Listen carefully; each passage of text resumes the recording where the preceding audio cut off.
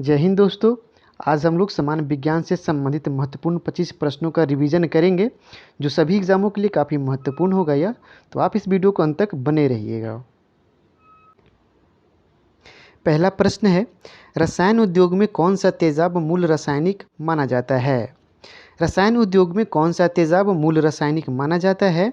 इसका right answer हो जाएगा H2SO4। H2SO4 इसका राइट आंसर हो जाएगा, आप इसको याद रखिएगा। रसायन उद्योग में H2SO4 का मूल रासायनिक माना जाता है। यह सल्फ्यूरिक अम्ल होता है, इसको आप ये भी याद रखिएगा, सल्फ्यूरिक अम्ल इसको हम बोलते हैं।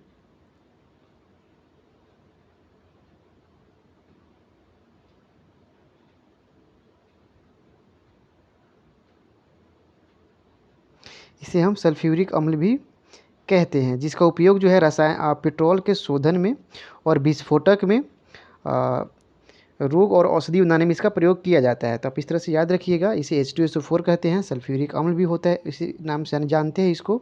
विस्फोटक हो या रोग में और औषधि बनाने में इसका आदि चीज़ों में इसका प्रयोग किया जाता है। नेक्स्ट क्वेश्चन है, धोने के सोडा का रासायनिक सूत्र है। धोने के सोडा का रासायनिक सूत्र है, इसका राइट आंसर हो जाएगा Na2CO3। Na2CO3 इसका रासायनिक सूत्र हो जाएगा। इसे हम बोलते हैं कॉस्टिक सोडा भी बोलते हैं, आप इसको याद रखिएगा।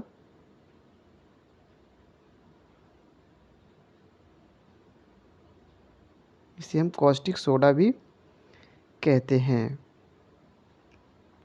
यह कपड़ा धोने के साबुन में इस्तेमाल किया जाता है। इसका केमिकल नाम सोडियम कार्बोनेट है, तो आप इसको याद रखिए, केमिकल नाम भी इसको याद रखिएगा, सोडियम कार्बोनेट इसको हम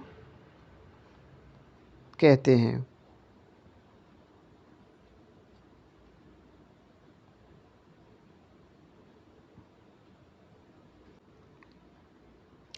परमाणु के नाभिक में निम्न में से कण होते हैं। परमाणु के नाभिक में निम्न कण होते हैं, इसका राइट आंसर हो जाएगा प्रोटॉन एवं न्यूट्रॉन। मटर के पौधों में कितने जोड़े गुणसूत्र पाई जाती है? मटर के पौधों में कितने जोड़े गुणसूत्र पाई जाती है? इसका राइट आंसर हो जाएगा 7।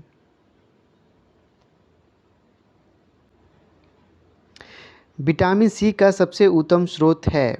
विटामिन सी का सबसे उत्तम स्रोत है, इसका राइट आंसर हो जाएगा आंवला।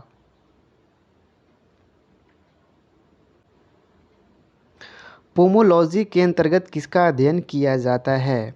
पोमोलॉजी के अंतर्गत किसका अध्ययन किया जाता है?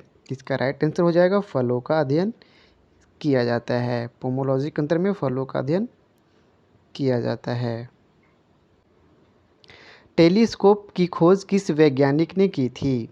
टेलीस्कोप की खोज किस वैज्ञानिक ने की थी? इसका राइट आंसर हो जाएगा गैलीलियो। निम्न में से किस विटामिन को हार्मोन माना जाता है? निम्न में से किस विटामिन को हार्मोन माना जाता है? तो इसका राइट आंसर हो जाएगा विटामिन डी को हार्मोन माना जाता है।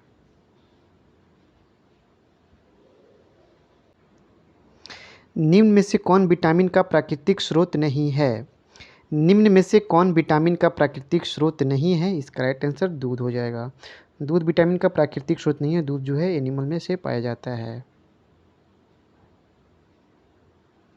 बाकी गाजर, पपीता, आम ये प्राकृतिक से पाया जाता है, पौधे से पाया जाता है। तीसरा चीज़ का राइट आंसर दूध हो जाएगा। दूध में विटामिन बहुत कम मात्रा में पाया जाता है। शक्करों में सबसे मीठा है। शक्करों में सबसे मीठा है, इसका राइट आंसर फ्रुक्टोज हो जाएगा। फ्रुक्टोज सबसे मीठा शर्करा है, इसको याद रखिएगा। मोनोसेक्राइड शर्करा भी इसे कहते हैं, मोनोसेक्राइड।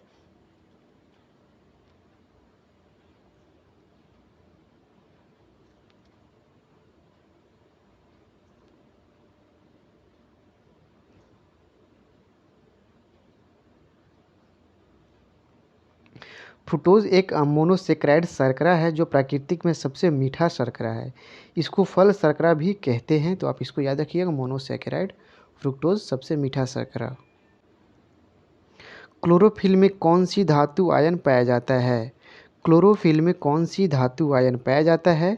इसका राइट आंसर हो जाएगा मैग्नीशियम।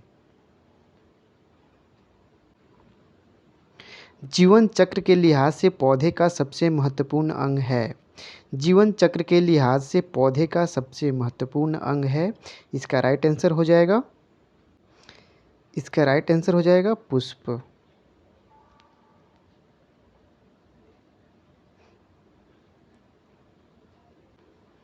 पुष्प पौधे के प्रजनन में सहायक होता है, इसलिए जीवन चक्र के दृष्टि से पौधे का सबसे महत्वपूर्ण अंग पुष्प होता है।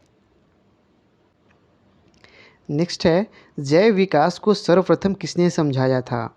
जैव विकास को सर्वप्रथम किसने समझाया था? इसका राइट आंसर हो जाएगा लैमार्क। आप इसको याद रखिएगा, लैमार्क जो है पहली बार जैव विकास को समझाया था। वायु में कौन सी नोबेल गैस नहीं होती है? वायु में कौन सी नोबेल गैस नहीं होती है? इसका राइट आंसर हो जाएगा रेडॉन। ये बाकी तीनों नोबेल गैस है, आप इसको याद रखिएगा। किस धातु से बनाया गया मिश्र धातु हवाई जहाज़ तथा रेल के डिब्बों में पुर्जों के काम में लिया जाता है? किस धातु से बनाया गया मिश्र धातु हवाई जहाज़ तथा रेल के डिब्बों में पुर्जों के काम में लिया जाता है? इसका राइट आंसर हो जाएगा एल्युमिनियम। एल्युमिनियम का प्रयोग जो है हवाई जहाज़ और रेल के पुर्जों पाठ्यक्रम बनाने में इसका इस्तेमाल एल्युमिनियम का किया जाता है। पुरुष जिन संगठन होता है, पुरुष जिन संगठन होता है XY। XY होता है मेल में, XX फीमेल में होता है। पानी का घनत्व अधिकतम होता है, पानी का घनत्व अधिकतम होता है। इसका राइट आंसर हो जाएगा 4 डिग्री सेल्सियस पर पानी का अधिकतम घनत्व होता है।